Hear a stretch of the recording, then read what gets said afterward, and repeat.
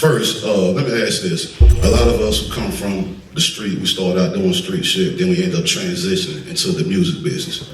Most of us have that type of background. Explain your transition from the streets to music. What caused that, and then explain the step-for-step processes you did to go there. Did y'all see Paid in Full? Yeah. So that actual experience, you know, I witnessed that. I could have told that movie. Rich Porter, who that was Money Mitch. It was about Rich Porter. He had actually was hitting us with work, you know, when that happened. But I didn't want to tell the story through my eyes. I was about 15 years old at the time. But at the end of the day, when I saw, because we looked up to him, and I was like, he was like the coolest in Harlem at the time. And if he was hitting you with work, he was on. And I saw that if something like that, his brother got kidnapped, tortured, he got killed by his best friend, his little brother got killed. And I thought he was untouchable.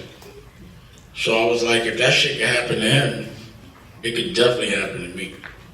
So I pivoted, and my cousin, Darian Dash, that's Stacey Dash's brother, don't get mad at me. and don't think when we around the table, I don't be giving it to her. Pause, trust me. Trust me. I'm not happy. But their stepfather was a A&R, actually was the president of Casablanca Records, and one of his interns, Cecil Holmes.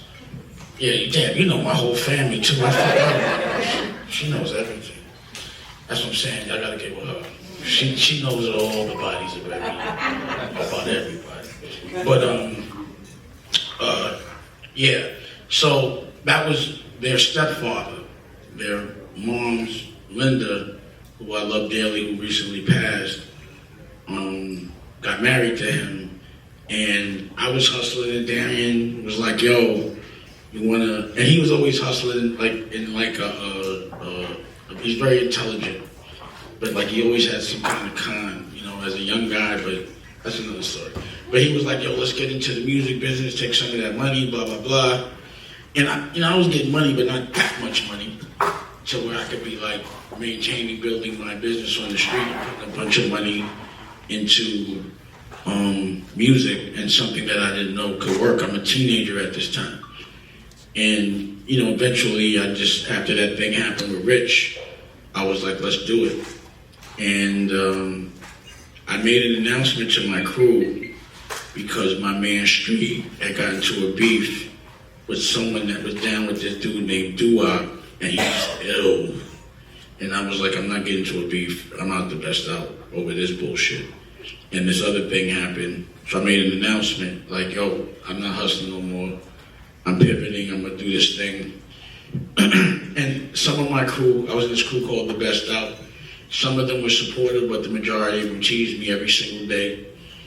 And, you know, I mean, it's a long story. And sometimes it's uncomfortable to talk about because we did illegal things, you know? But at the end of the day, we transitioned and we ended up doing it independently. I got the record deal with Clark Kent because the dude Kevin Woodley that was the intern kept curving me, and Clark Kent came in as an A&R, and he had this hustle, like when he was signing a group, I'd give him $10,000. You know what I'm saying? He'd go buy Pelly Pellies, so he signed 2 of my groups. And that was the type of thing that was going on back then, you know?